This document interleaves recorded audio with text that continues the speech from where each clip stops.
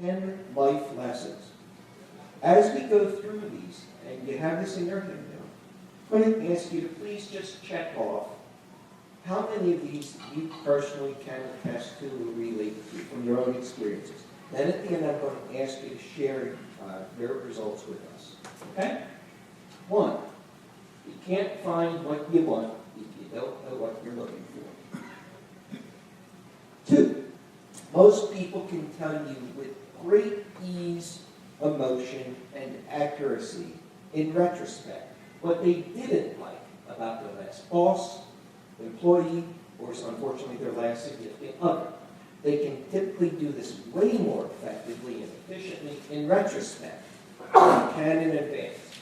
In other words, what our takeaways for today is what people say they want in the other party is often not what they need.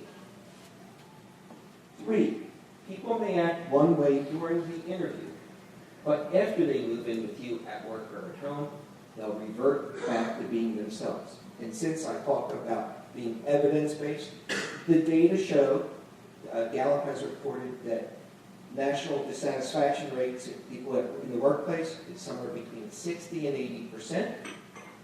And you think about how that correlates with the national divorce rate, which hovers year to year, but somewhere around 50%. Okay, so what people say they want often is not what they need. Number 4, you need to be aware of who people truly are before you hire or marry them, because your success and your sanity depend on your making informed decisions. Number 5, both employers and potential candidates sell themselves during the interview and the courtship ritual. And we'll be talking about alternatives, how you can address these later on. Number 6,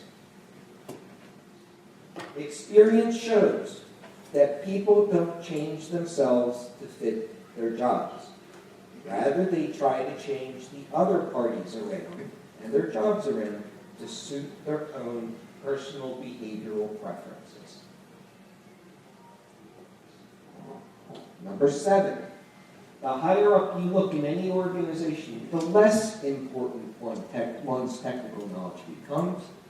What becomes increasingly important as we move up through the ranks is your interpersonal skills and your overall leadership style, perfectly in tune with what you were talking about, the soft skills.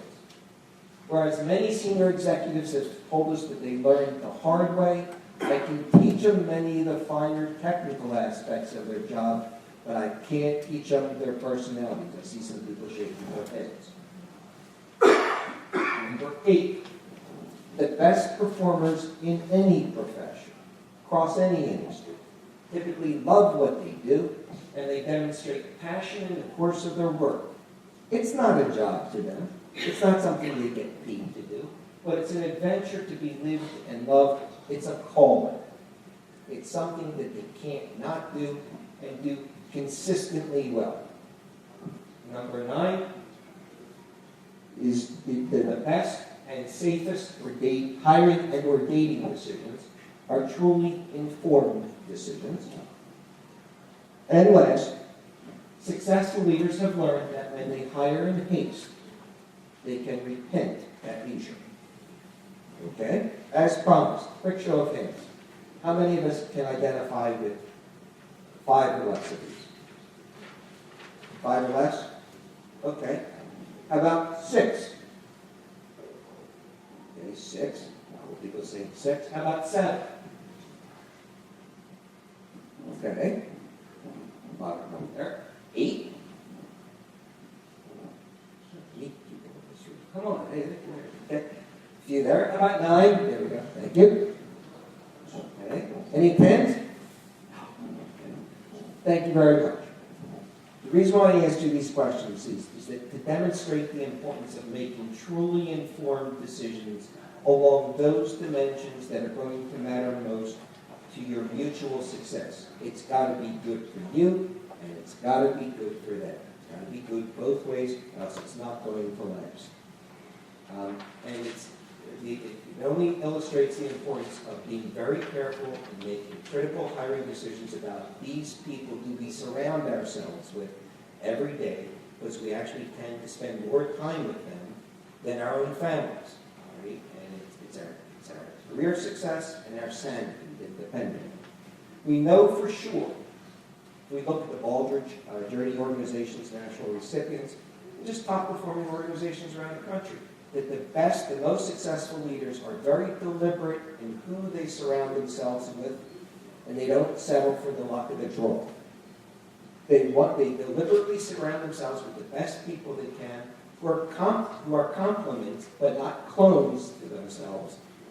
And specifically, what they do is they look for highly capable people who can help their organizations to be the best they can be.